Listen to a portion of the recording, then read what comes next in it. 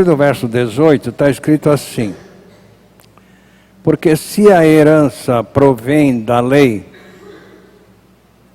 já não provém da promessa, mas Deus, pela promessa, a deu gratuitamente a Abraão.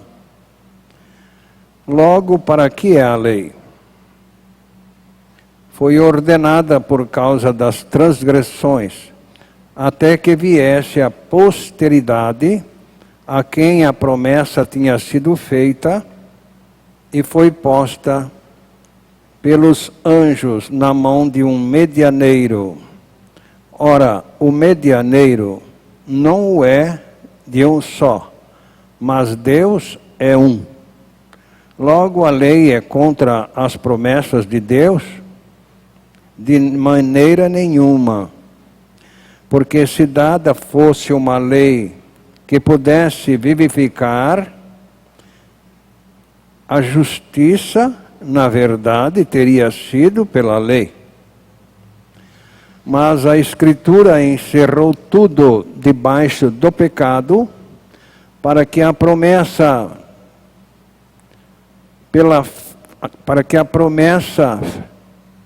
pela fé em Jesus Cristo fosse dada aos que creem.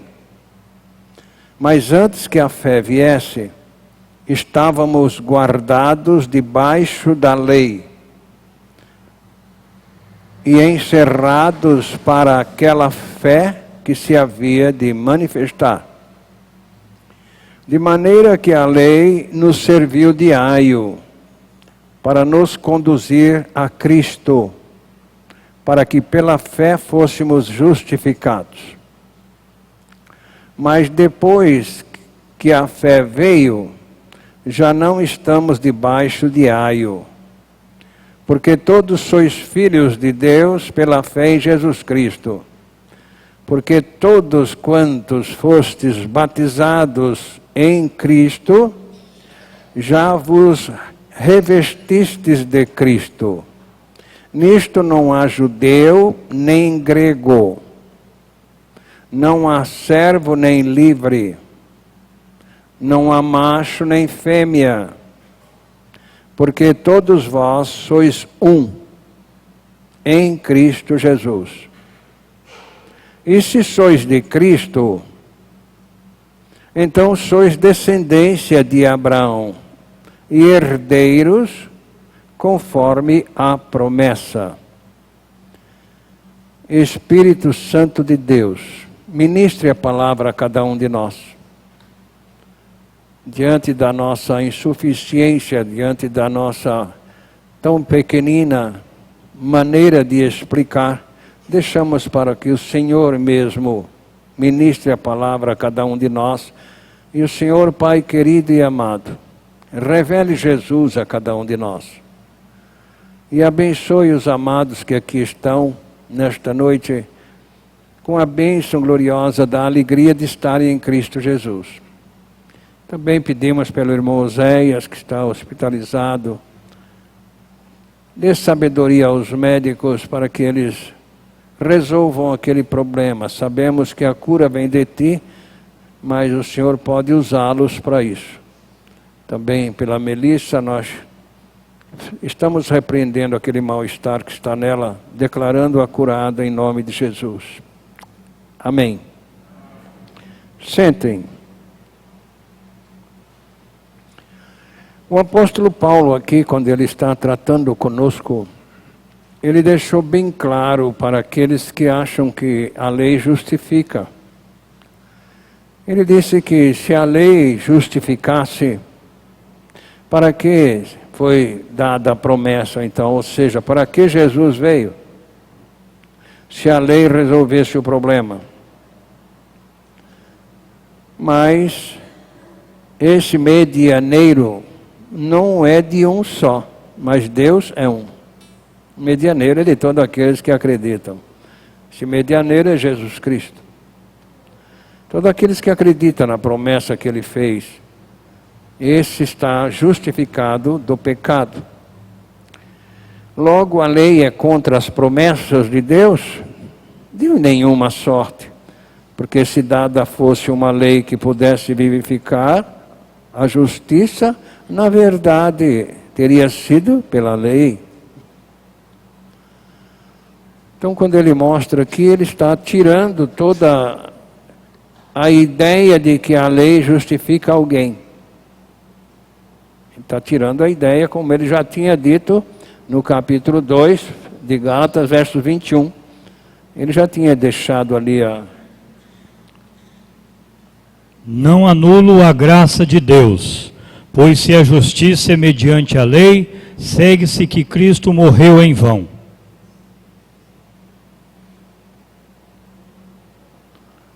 Eu não gostei dessa versão, não.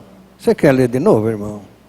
Não anulo a graça de Deus, pois se a justiça é mediante a lei, segue-se que Cristo morreu em vão. Aqui diz, se a justiça provém da lei. Aí Jesus morreu em vão. Se provém da lei. Então ele está justificando aqui, que se a lei resolvesse o problema, para que veio Jesus? E aí ele mostra por quê. No verso 22, mas a Escritura encerrou tudo debaixo do pecado, para que a promessa pela fé em Jesus Cristo fosse dada aos que acreditam, aos que creem. Nesse versículo 26, já serviu para mim ter que responder para umas 2 ou 3 pessoas, quando ele está dizendo aqui, porque todos sois filhos de Deus, pela fé em Jesus Cristo, as pessoas pensam que essas maneiras de se pregar por aí afora. Quem crê em Cristo, quem crê em Cristo. Já me perguntaram várias vezes.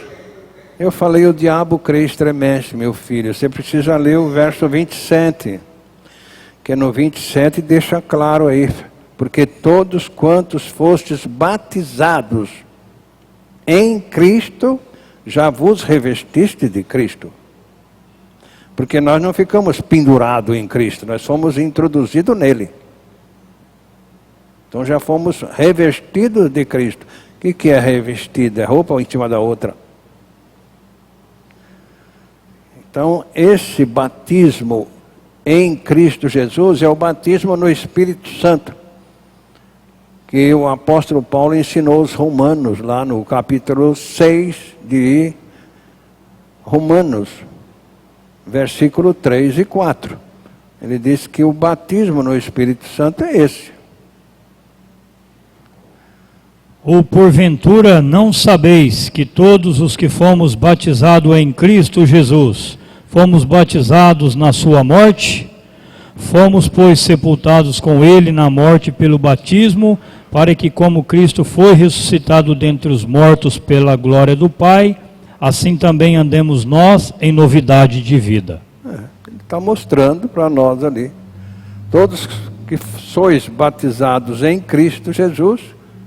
Quando é que a pessoa é batizada em Cristo? Quando ela acredita que Cristo atraiu ela no corpo dele, conforme ele prometeu em João 12:32. Então aqueles que acreditam, esse acreditar não é mais ou menos, não. Não, é um acreditar com a fé que Deus dá. E eu, quando for levantado da terra, atrairei todos a mim mesmo. Esta fé é Deus que dá. Não é essa fezinha mais ou menos que você olha para o tempo, estão as nuvens ali, você acha que vai chover, vai chover, aí não chove. Mas é esta fé de Hebreus capítulo 11, versos 1. Esta é a fé que Deus dá, para não ficar dúvida. Ora, a fé é o firme fundamento das coisas que se esperam, e a certeza das coisas que não se veem. Essa é a fé que Deus dá. Quando nós ganhamos esta fé, nós acreditamos que Cristo nos atraiu com a fé dada por Deus. Agora nós vamos seguir a Cristo, reconhecendo que Ele é Salvador e Senhor. Não é só Salvador. Então isso aqui eu precisei responder para várias pessoas. Porque todos quantos fostes batizados em Cristo Jesus, foram batizados na morte, ou seja, morreram com Ele. Como assim? É uma sequência. Nós somos atraídos no corpo de Cristo, crucificado com Ele, morto com Ele, sepultado com Ele, mas ressuscitado não nele, viu, irmão Benedito? É com Ele. Tá? É bom dar uma olhada nessa Bíblia aí, onde você leu, Efésios 2:6, aí na oração que o irmão fez. Não é nele, é com Ele. Tá certo? Nós tomamos parte na crucificação porque Ele nos atraiu. Então nós fomos crucificados com Ele. Tá certo? Morremos com Ele. Fomos sepultados com Ele. E fomos ressuscitados com Ele. Não é nele, é com. Nós participamos pela fé naquilo que Ele fez fisicamente. Porque Jesus veio a este mundo como homem, filho do homem, para poder salvar os homens, ou seja, a raça humana. Mas foi ressuscitado como o Filho de Deus. Agora, espiritualmente, Ele é o Espírito Santo e o próprio Deus. Quando nós lemos na primeira epístola de João, no capítulo 5, versículo 20, nós vamos ver que Jesus é o verdadeiro Deus. Jesus é o Espírito Santo. Jesus é o Salvador. Então, participar da morte com Ele é crer que Ele te atraiu no corpo dele. Então, quando Ele fala que fostes revestido de Cristo, é porque nós estamos dentro de Cristo, e Cristo está dentro de nós. Por isso que Ele falou, estai em mim, eu estarei em você. Então, como é que o apóstolo João colocou a pessoa de Jesus ali? Também sabemos que o Filho de Deus veio e nos deu entendimento, para reconhecermos o verdadeiro Deus. E estamos no verdadeiro Deus, em seu Filho Jesus Cristo. Este é o verdadeiro Deus e a vida eterna. Esse é o verdadeiro Deus. O católico não acredita nisso. Não. Acredita que Jesus é uma pessoa e Deus é outra. Mas não. Quando Jesus respondeu para Tomé, mostra-nos o Pai, o que nos basta. Ele disse, Tomé, está tanto tempo comigo e não sabe? Quem vê a mim, vê o Pai. Porque eu e o Pai somos um. Então, ele disse aqui, todos quantos fostes batizados em Cristo, já vos revestistes de Cristo. E agora? Nisto não há judeu, nem grego, não há servo, nem livre, não há escravo, nem livre. Na época tinha escravidão. Não há macho, nem fêmea.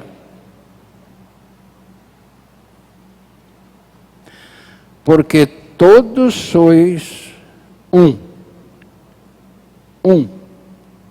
Com Cristo? Não. Em Cristo. Se a sua versão diz com, está errado. É nele. Certo? Somos um em Cristo Jesus com o mesmo merecimento. Qual o merecimento? 0 abaixo de 0. Ninguém merecia estar em Cristo. Mas a misericórdia de Deus é que enviou Jesus para nos atrair no corpo dele. Partiu de Deus a iniciativa, não do homem. O homem não merece, não tem merecimento humano que levaria Deus a enviar Jesus ao mundo. Não. Foi o amor que Deus tem por nós. Deus ama o mundo. Por isso que ele fala aqui que não tem escravo, nem livre, não tem patrão, nem empregado, não tem macho, nem fêmea. todos têm acesso a esta graça. Tá certo? Aqui mata toda essa ideia de predestinação. Não. Todos têm acesso a esta graça gloriosa de ser filho de Deus, herdeiro de Deus, através da fé na promessa que Cristo fez. Efésios capítulo 1, versos 4 e 5. Deus nos salvou não para fazermos parte do mundo, não, mas para sermos santos. Assim como nos elegeu nele antes da fundação do mundo, para sermos santos e irrepreensíveis perante ele e em amor, e nos predestinou para ele, para a adoção de filhos por meio de Jesus Cristo, segundo o beneplácito da sua vontade. Então, em Cristo Jesus, a pessoa é eleita, filha de Deus, herdeira de Deus. Então, isso não tem escolha. Deus não escolhe as pessoas eles escolhem. O que você quer, ir para o inferno ou para o céu? Céu. O inferno não existe, eu quero ir para o céu então. De todo jeito eu vou mesmo? Não, não vai. Lá só entra a filha de Deus. Lá só entra quem está em Cristo. Porque é em Cristo que Deus gera a pessoa para ela ser herdeira. Então não há macho, não há fêmea, não há preferência. Deus não dá preferência para bonito, para feio, para pobre, para rico, para mulher, para homem, para jovem, para... Não. Não. Todos podem ser herdeiros de Deus, desde que sejam humildes e reconheçam que precisam de salvação. Esse é o ponto mais difícil. Isso é o que impede as pessoas de ganharem esta bênção, a soberba. Eu mereço o céu, pelo que eu faço. Esse o diabo está esperando ele lá, o dia que a morte chegar. Então ele vai mostrando que não há preferência, Deus não faz preferência de pessoas. E se sois de Cristo, então sois descendência de Abraão. E herdeiros conforme a promessa. É difícil? É. Então somos um em Cristo, sem preferência. Por que você quer entrar no céu? Porque Cristo me atraiu no corpo dele. E você? Também. E você? Também. Todos é uma maneira só. Quando ele fez a oração, lá no capítulo 17 do Evangelho segundo João, ele deixou claro ali para nós que esta obra está feita, no versos 4. Não há necessidade de remendo. Não. Ela está feita. Que obra? A obra da salvação, que ninguém podia se salvar. Ninguém era capaz de salvar ninguém. Então Deus enviou Jesus como Salvador. Foi lido na abertura do culto. Como Salvador do mundo. Agora, aquele trabalho era exclusivo de Jesus? Sim. Nos atrair no corpo dele é um trabalho dele. E a salvação é um milagre exclusivo de Deus. O único milagre que eu vejo dentro da Bíblia é esse, o milagre da geração da criatura em Filho de Deus. Os outros são sinais que Jesus fez para mostrar quem ele era e o poder que ele tinha. Mas as pessoas o crucificaram ainda. Poucos foram os que se salvaram ali, que acreditaram. Até Pedro negou Jesus. Então ele falou no versos 4: Eu te glorifiquei na terra, tendo consumado a obra que me deste para fazer. Então, Jesus recebeu a obra da salvação. Salvar o mundo, não os escolhidos, não, o mundo. Todos têm esta oportunidade de serem herdeiros de Deus, filhos de Deus, tá certo? E aí ele vai em frente lá e chega no versos 14. Como é que ele mostra ali em João 17, 14?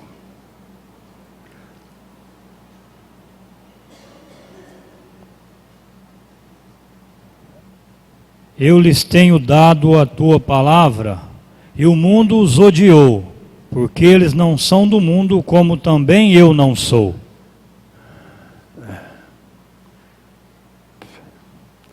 O mundo odeia os filhos de Deus, desde o jardim do Éden. O mundo odeia os filhos de Deus. Quando Deus aceitou a oferta de Abel, Caim não suportou e matou Abel. Então, quando nasceu Isaque, ele sofreu na mão de Ismael. Porque Isaque era filho da promessa, Ismael era filho da força. Então Isaque sofreu, a ponto de precisar ter uma dura conversa ali entre Abraão, a sua esposa, para tirar dali esse tal de Ismael com a mãe dele. Então o Filho de Deus, ele é perseguido. Não pensa que o mundo ama você, não. Esse negócio de estar assim com o mundo, pensando que o mundo te ama, o mundo não ama o Filho de Deus. E aí então ele pede aqui, para que nós pudéssemos fazer com que a igreja cresça aqui na terra, a igreja dele. Como é que ele ensinou o crescimento da igreja? Ele orou ali, fez a oração por mim, por aqueles que ainda vão nascer de novo. No versos 20, ele fez a oração por aqueles que nascem de novo. Não rogo somente por estes, mas também por aqueles que vierem a crer em mim, por intermédio da sua palavra.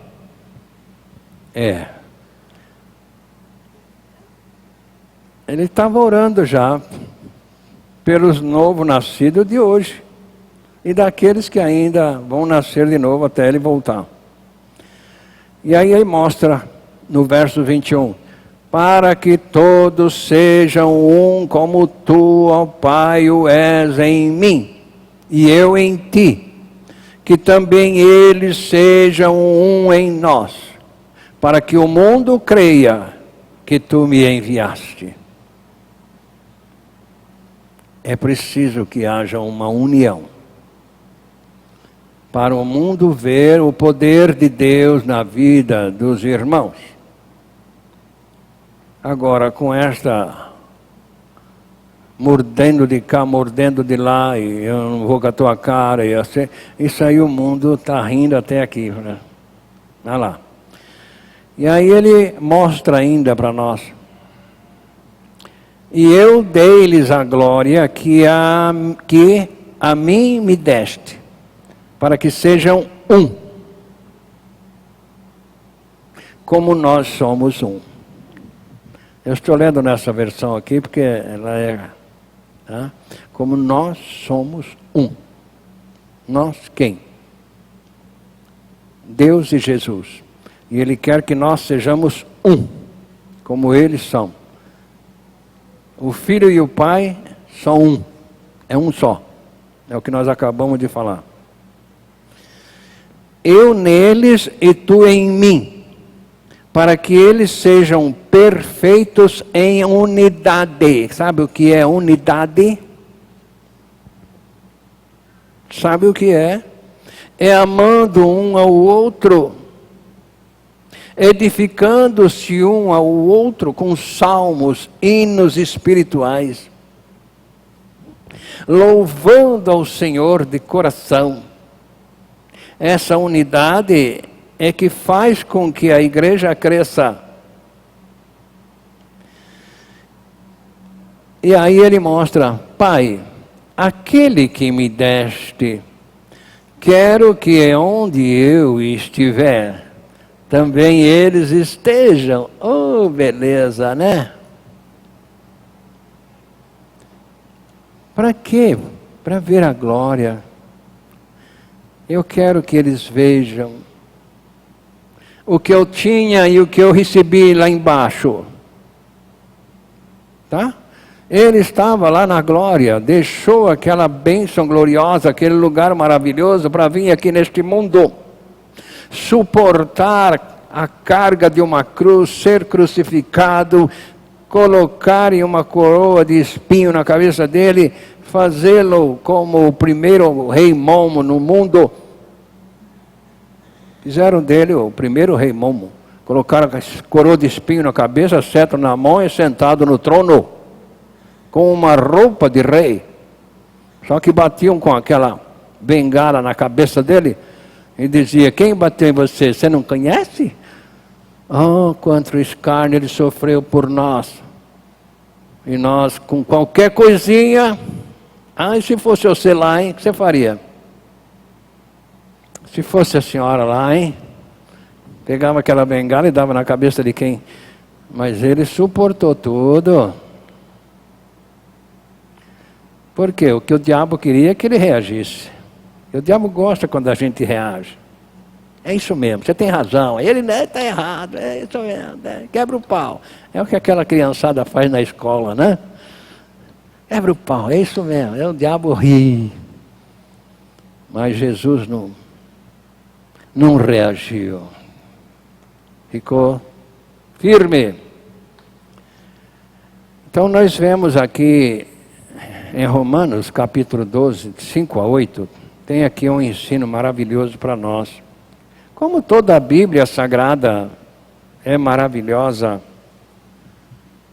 Assim também nós, conquanto muitos, somos um só corpo em Cristo e membros uns dos outros, tendo porém diferentes dons segundo a graça que nos foi dada. Se profecia, seja segundo a proporção da fé. Se ministério, dediquemo-nos ao ministério. Ou que ensina, esmere-se em fazê-lo. Ou que exorta, faça com dedicação. O que contribui com liberalidade e o que preside com diligência. Quem exerce misericórdia com alegria. É o corpo que o apóstolo Paulo fez a comparação, dedinho, dedão e etc, cabeça, corpo. É um conjunto, cada um com a sua função. O pé gostaria de ser a cabeça? É capaz, mas ele não é. E a cabeça, será que gostaria de ser o pé? Mas ela é a cabeça. O pé é muito importante. Quando você está com uma dor no pé, hein? Terrível, hein? Um calo no dedinho assim, hein? Um sapato meio apertado. E ter que marchar lá no exército. Olha, é terrível. É terrível. Então o pé é importante, ou se é importante. Uma inflamação da unha do dedão faz a pessoa sofrer. Mas ela sofre por causa da dor do dedão ou sofre pelo dedão? Ela sofre pelo cérebro. Que a dor vai para lá. Qualquer dor do corpo. Então nós somos um. Ele está mostrando aqui. Somos um. Só corpo. Cujo cabeça é Cristo. Ele é o cabeça? Claro. O cabeça da igreja de Deus. Como que é a igreja de Deus? É o corpo de Cristo. Não é aqui dentro dessas 4 paredes que vai levar a pessoa ao céu. Não. É o corpo de Cristo. Senão ele teria dito, eu deixo a igreja X para levar vocês ao Pai. Mas ele não falou isso em João 14:6. Ele não falou isso. Ele falou que ele é que vai nos levar ao Pai. Respondeu-lhe Jesus: Eu sou o caminho e a verdade e a vida. Ninguém vem ao Pai senão por mim. Ele é que nos leva ao Pai. Não é religião, não é igreja, não. Não é boas obras, nem justiça própria, não. Então essa oração que Jesus fez por nós é uma segurança. Veja bem o que ele falou, né? Pai, aqueles que me deste. Mas espera aí, então tem alguma coisa? Tem. Sabe o que tem? A humildade. Porque Deus é que nos coloca em Cristo Jesus. Pela fé que Ele nos dá quando nós clamamos a Ele. Efésios 2:8 deixa claro ali que é Deus que dá esta fé que está registrado em Hebreus 11:1. É Deus que dá esta fé. Então é Ele que nos coloca em Cristo Jesus. Porque esta fé é aquela fé na promessa que Cristo fez. Porque pela graça sois salvos mediante a fé. E isto não vem de vós, é dom de Deus. Então essa fé não é nossa, não, é Deus que dá. Para quem Deus dá? Para os humildes. Quem são os humildes? Os pobres lá da... Não, eles não são humildes, lá tem muito soberbo lá no meio. Humilde é aquele que reconhece que está errado. É aquele que recebe esta revelação. Eu estou indo para o inferno. Porque se Jesus disse que se não tiver nele, a pessoa vai para o inferno, então, peraí, estou indo para o inferno, tem misericórdia de mim, se eu não quero ir para o inferno. Então, é essa fé que é dada por Deus para o humilde. Agora, aquele soberbo, Deus, fica para lá. Não te conheço. Mas eu não te conheço. Você que fez, não foi eu? Porque quando nós estamos em Cristo Jesus, é Ele que faz, não somos nós. Mas aqueles religiosos como estes que tem aqui hoje, eles falam que são eles. Aquele lá do Romanos, de Mateus 7, versículo 21 e 22 lá. E o 23 também. Nem todo o que me diz, Senhor, Senhor, entrará no reino dos céus, mas aquele que faz a vontade de meu Pai que está nos céus. Muitos naquele dia hão de dizer-me, Senhor, Senhor, porventura não temos nós profetizado em teu nome, e em teu nome não expelimos demônio, e em teu nome não fizemos muitos milagres? Então lhes direi explicitamente, nunca vos conheci, apartai-vos de mim, os que praticais a iniquidade. Eles faziam. É o caso dos religiosos dos nossos dias. Eles que fazem. Então, não conheço você. Jesus não falou que era mentira aqueles. Não. Ele nem falou que era verdade, nem mentira. Só que ele falou, não conheço vocês. Apartai-vos de mim. Mas nós, pois é. É isso que muita gente vai receber lá em cima. Quando partir para a eternidade. Não te conheço.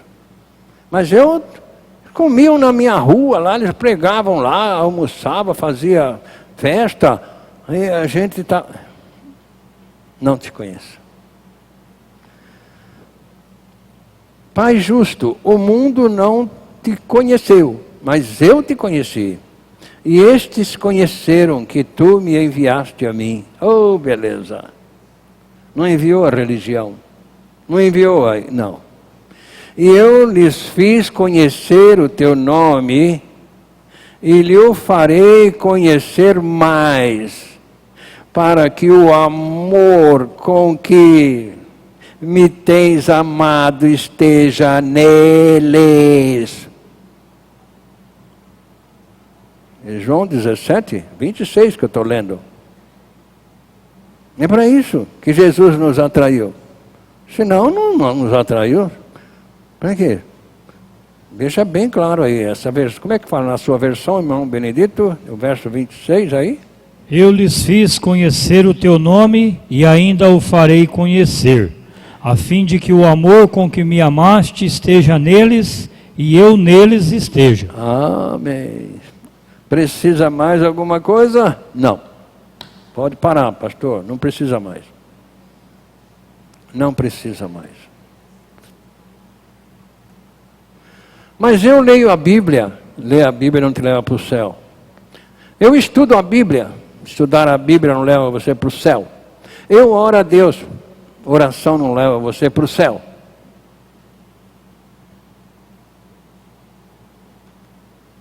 Então quem me leva para o céu? Jesus. João 5,39. Não é um mandamento de Jesus não, tá? Ali é uma censura de Jesus para aqueles religiosos. Examinai as Escrituras, porque julgais ter nelas a vida eterna, e são elas mesmas que testificam de mim. Ele não está aí falando, vocês precisam, que nem eu ouço pregadores por aí afora, vocês precisam ler a Bíblia. Não. Não. Vocês leem a Bíblia, porque cuidais ter nelas a vida eterna. E são elas que testificam de mim. Mas no versos 40 ele deixa claro aí, que a vida está nele.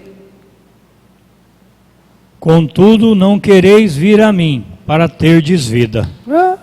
Isso está acontecendo hoje? Está. Muito. E acham que vão para o céu por causa disso.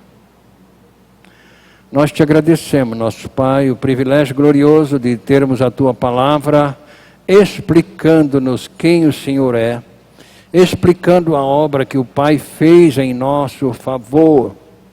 Muito obrigado, Papai, pela Tua palavra na nossa própria língua. O Senhor abençoe todas as pessoas que estão neste santuário com a bênção da fé. Aquela fé de Hebreus 11:1. Aquela fé que o Senhor dá para aqueles que se humilham e pedem fé, por misericórdia. E dá-nos uma noite de repouso, um feliz despertar na Tua presença com saúde. E com disposição de testemunharmos aos necessitados de salvação, como eles podem serem salvos. É em nome de Jesus que pedimos e agradecemos. Amém.